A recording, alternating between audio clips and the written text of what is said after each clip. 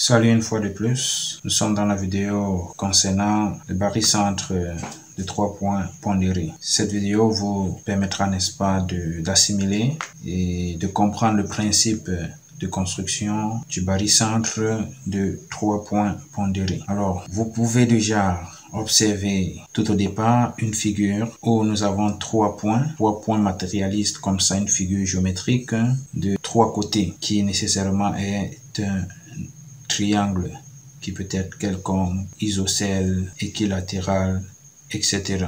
Alors, cette figure vous montre par exemple déjà la construction du point G, barycentre, n'est-ce pas, des points A, B et C. Vous vous rendez compte que le point G a été obtenu à partir de ceci. Par définition, si nous avons 3 points pondérés A, alpha, B, bêta et C, gamma, tel que la somme des coefficients là, alpha plus bêta plus gamma soit différent de 0, alors le point G existe et est unique. Et on peut donc écrire que alpha GA plus bêta GB plus gamma GC est donc égal au vecteur nul. En développant cette expression, si nous voulons partir de A, comme dans ce cas-ci, nous allons donc introduire le point A ici et encore ici. On obtiendra quoi? Alpha GA plus bêta GA plus AB plus gamma GA plus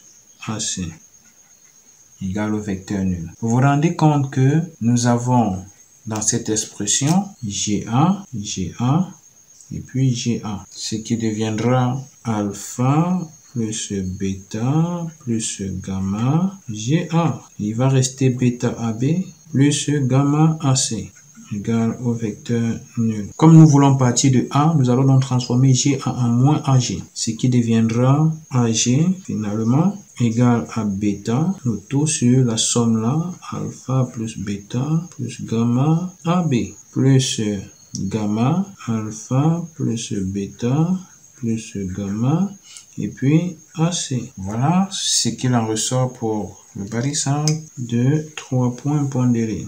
Donc voilà, par définition, l'expression ou l'égalité qui permet, n'est-ce pas, de faire la construction en bonne et due forme du point G en partant de A. Comment est-ce que l'on note le barycentre de 3 points pondérés? Comme ça a été le cas dans celui des 2 points pondérés, ce sera pareil. Donc on dira que G est barycentre A, alpha, B, bêta, puis C, gamma. Ou encore, G égale à barycentre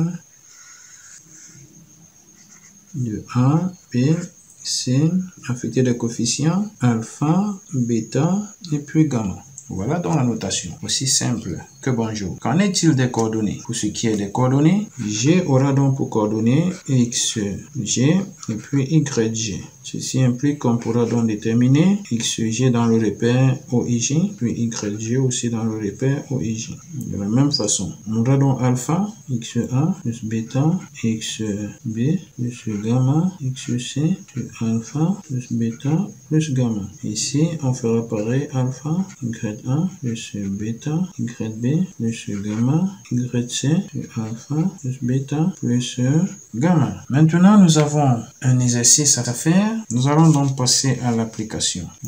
Pas encore. Bien, nous passons maintenant à l'application. Nous avons là un petit exercice avec 2 questions que nous allons répondre.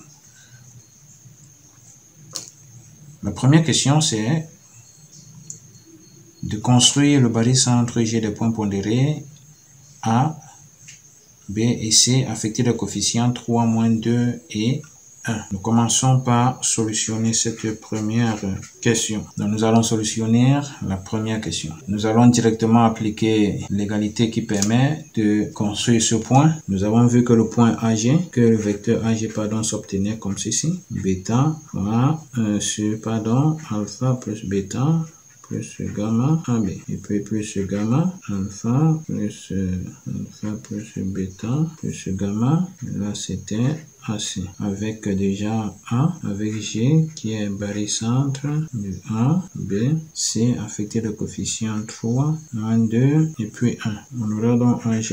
Bêta c'est moins 2 sur 3 plus 1 ça fait 4. 4 moins 2 ça fait 2. AB plus gamma. Gamma c'est 1. Le tout sur 3 plus 4, 3 plus 1 ça fait 4, 4 moins 2 ça fait 2, AC. Nous obtenons finalement cette égalité, AG qui sera égal à moins AB, AB plus 1 demi de AC. Voilà ce qui nous permet donc de construire le barycentre. Traçons dans notre triangle quelconque, le triangle est quelconque, donc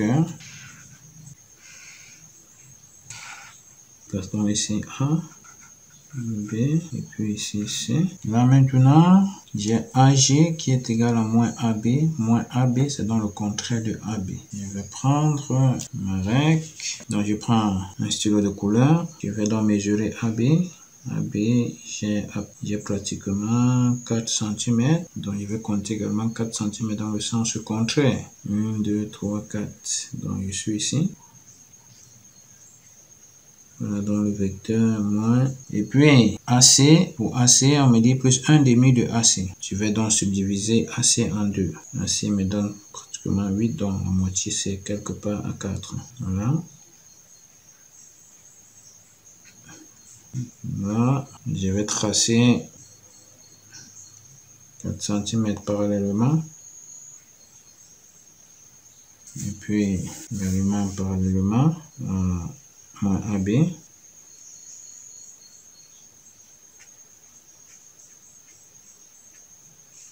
Voilà. Et là, j'obtiens le vecteur AG. Voilà donc mon vecteur AG qui est égal à moins AB. Ici, j'ai moins AB. Ici, j'ai 1 demi de AC. Donc, voilà la construction. Maintenant, qu'en est-il des coordonnées du point G? Connaissant les coordonnées des différents points A, B et C. Là aussi, c'est facile.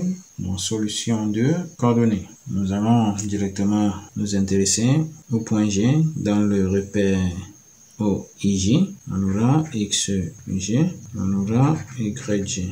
Donc, on va aller comme ça directement. La somme des coefficients, c'est alpha 3 plus 1, 4, 4 moins 2, ça fait 2. En haut, donc, on aura alpha XA. Alpha, ça fait 3 fois XA, moins 2, plus bêta, moins 2 fois XB, fois 2, plus gamma, 1 fois XC, qui est 0. Ici, ça fera 3 fois YA, qui est moins 1, plus moins 2 fois YB, qui est 1, plus gamma, 1 fois YC qui est 4. Bien, qu'est-ce que ça donne? Ça nous fait moins 6, moins 4, plus 0. Et ici, moins 3, moins 2, plus 4, le tout sur 2, sur 2. Là, ça fait moins 10, divisé par 2, ça fait moins 5. Ici, ça fait moins 3, moins 2, moins 5, plus 4, ça fait moins 1 demi. Do, G a donc pour coordonnées moins 5,